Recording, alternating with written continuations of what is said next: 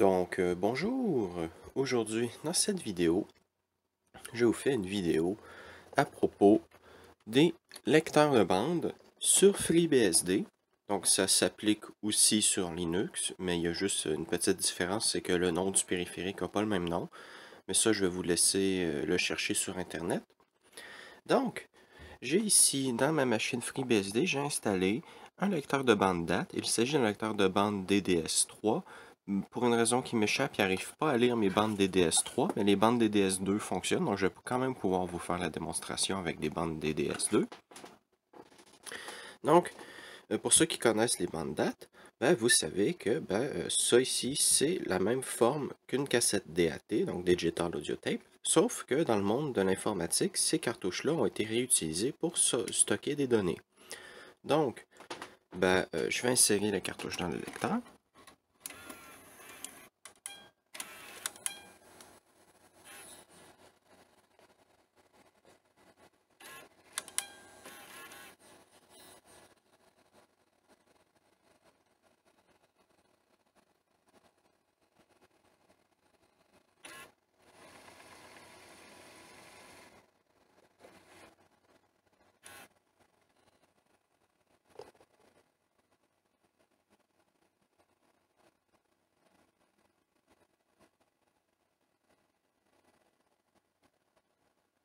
Voilà.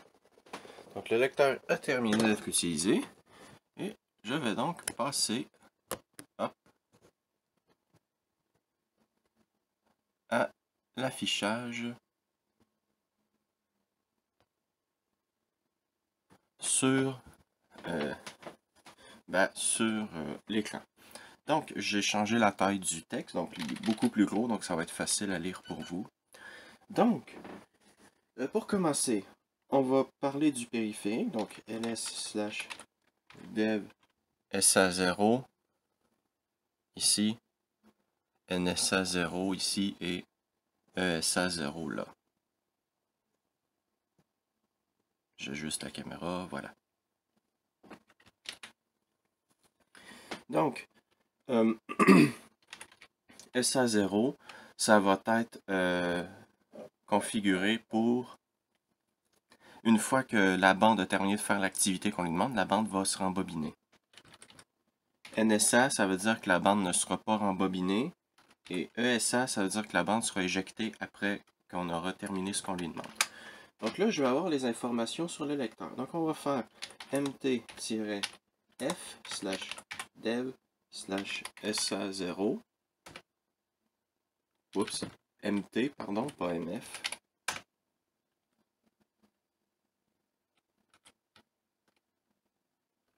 Ah, et il faut inscrire status. Voilà. Donc là, ça va lire la bande.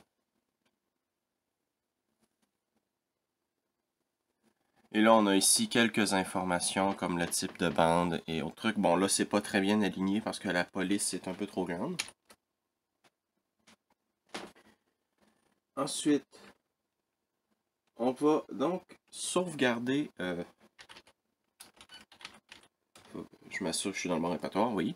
On va donc sauvegarder des données sur la bande magnétique. Donc, pour ce faire, on va utiliser notre bon vieil ami tar-cvf/dev/nsa0. Donc là, NSA0, comme je vous ai dit, la bande ne sera pas rembobinée une fois qu'on va avoir terminé, ce qui va nous permettre de faire un autre truc. Ah ben non, en fait. Je vais faire SA0, puis je vais vous montrer une autre commande pour pouvoir faire d'autres choses après. Donc, ensuite, on va sauvegarder le répertoire ISO, et on fait Entrée. Donc là, ça va mettre quelques minutes à ça, donc je vais mettre ça sur pause. Bien, donc là c'est terminé. Je viens d'entendre la bande rembobinée. Et là, on a l'invite de commande qui nous dit qu'il est prêt. Donc, là, si on veut voir ce qu'il y a sur la bande, on fait tar-tvf/dev/sa0.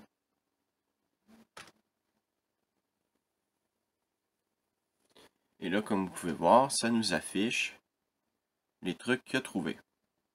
Ben, qu'il trouve. Donc là, il va explorer la bande. Il va nous afficher les trucs un à un. Donc, je vais mettre ça sur pause et je reprends une fois que ça c'est terminé. Donc oui, c'est lent les bandes magnétiques, mais voilà, c'est ce qu'il faut. Bien. Donc, encore une fois, la bande tire embobinée jusqu'au début. Et donc là, si je veux sauvegarder un autre truc, ben là, la bande est rembobinée. Comment faire? Eh bien, on fait mt-f/dev/sa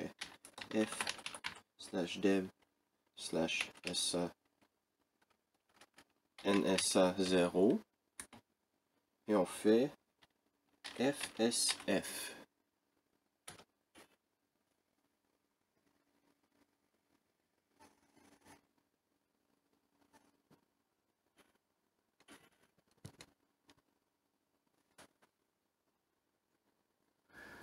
Donc là, la bande s'est avancée et elle est restée là. Et donc, on va faire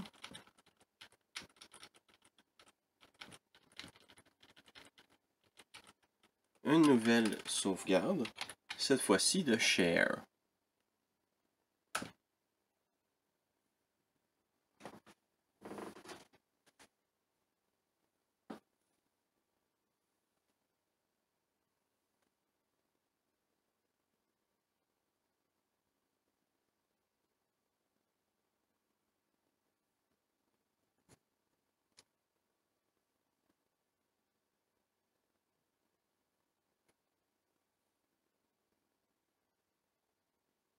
Donc je reprends une fois que c'est terminé.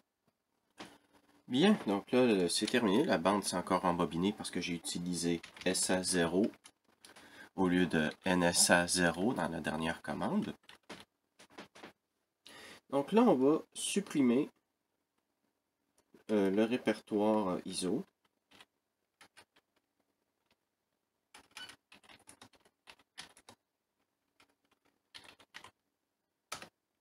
Voilà. Donc le répertoire n'est plus là. Donc maintenant on va extraire le fichier. Donc tar-xv/dev/sa0.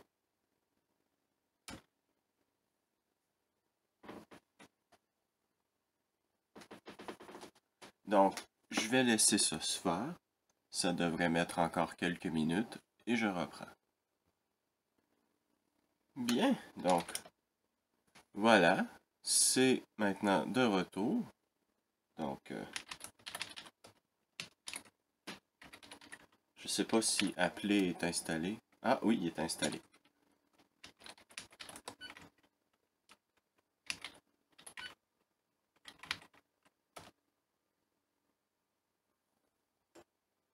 Ah, ça fonctionne pas. Bon, c'est pas très grave.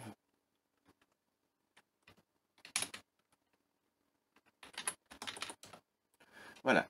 Donc, là, si par exemple vous voulez prendre la deuxième sauvegarde que vous avez faite, ben là, on est au début de la bande parce que, comme je vous ai dit, j'ai utilisé le lecteur en SA. Donc, on va taper mt-f/dev/nsa0 et on va taper fsf. Donc, comme j'ai fait tout à l'heure, on va avancer la bande.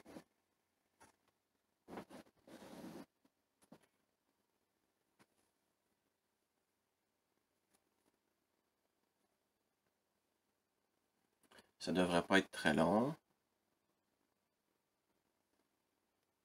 Voilà. Là, si on fait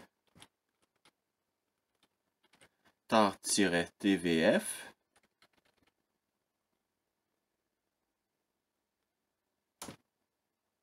comme vous pouvez voir, là, c'est maintenant les trucs de share qui apparaissent.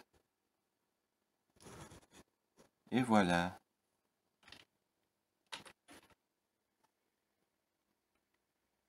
Et je fais CTRL-C, la bande se rembobine parce que j'ai utilisé le lecteur NSA, donc il se rembobine jusqu'au début de share.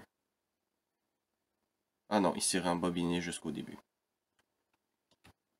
Parce que j'ai utilisé... Ah ben non, j'ai utilisé ça, donc il s'est rembobiné jusqu'au début. Voilà.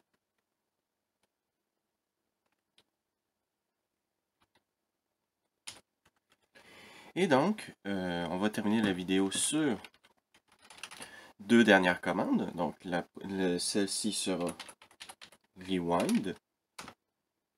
Mais là, le lecteur est déjà rembobiné. Et off pour offline.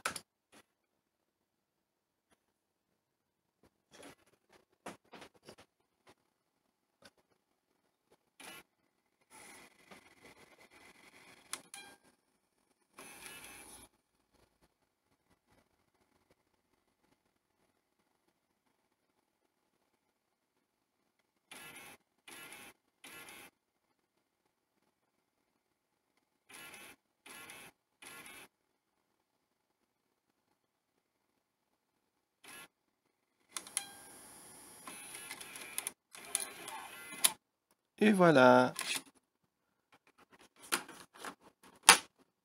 Ça, c'est fait. Donc, voilà. En espérant que vous avez apprécié cette vidéo sur les lecteurs de bande sur FreeBSD. Et à la prochaine.